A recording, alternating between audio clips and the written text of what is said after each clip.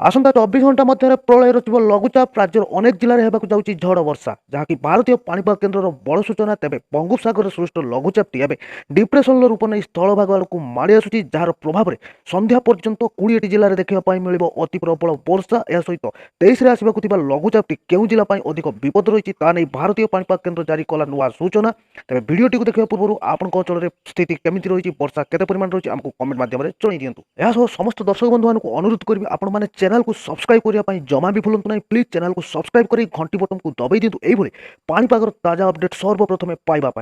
तेज पाणीपाग केन्द्र मिलता सूचना अनुसार आसंता 7 दिन धरी राज्य में लगी प्रबल वर्षा या दृष्टि 26 तारीख पर्यंत क्यों सब जिले में अधिक वर्षा हो ताकि पाणीपाग केन्द्र आसला नुआ रिपोर्ट तेज उत्तर ओडिशा उपकूल और यार पार्श्ववर्ती अंचल सृष्ट लघुचापटी एवं उत्तर आभ्यंतरीण ओडिशा और यार संलग्न झाड़खंड उपर थिबा बेले यह दक्षिण पश्चिम दिगरे आउ एक घूर्णिबलय रही जार प्रभाव में आसंता 24 घंटा मध्य उपकूल और आभ्यंतरीण और उत्तर ओडिशा अति प्रबल वर्षा बानी पाणीपाग केन्द्र जारी कर सतर्क सूचना तेज से जिला मध्य रही कोरापुट नवरंगपुर सुंदरगढ़ मालकानगिरी नुआपड़ा और देवगढ़ जिले में अत्यधिक वर्षा होगा नहीं सतर्क सूचना देती पाणीपाग विभाग या सहित कलाहांडी बलांगीर बरगढ़ झारसुगुड़ा केन्दुझर मयूरभंज बालेश्वर गजपति यही जिले में अनेक स्थान में प्रबल वर्षा नहीं पाणीपाग केन्द्र जारी कर सतर्क सूचना यही समय मध्य पवनर बेग घंटा प्रति 40 ରୁ 60 किलोमीटर रही आसंता काली किसी जिला को हालुका वर्षा और मध्यम धरण वर्षा देखा मिल तेज 23 आसुवा लघुचापटी उत्तर आभ्यंतरीण सहित दक्षिण ओडिशा अति प्रबल वर्षा होगा नहीं सूचना देती भारतीय पाणीपाग विभाग एवं चलते जाणी ना क्यों क्यों जिले में अति प्रबल वर्षा नहीं पाणीपाग केन्द्र जारी कर सतर्क सूचना 23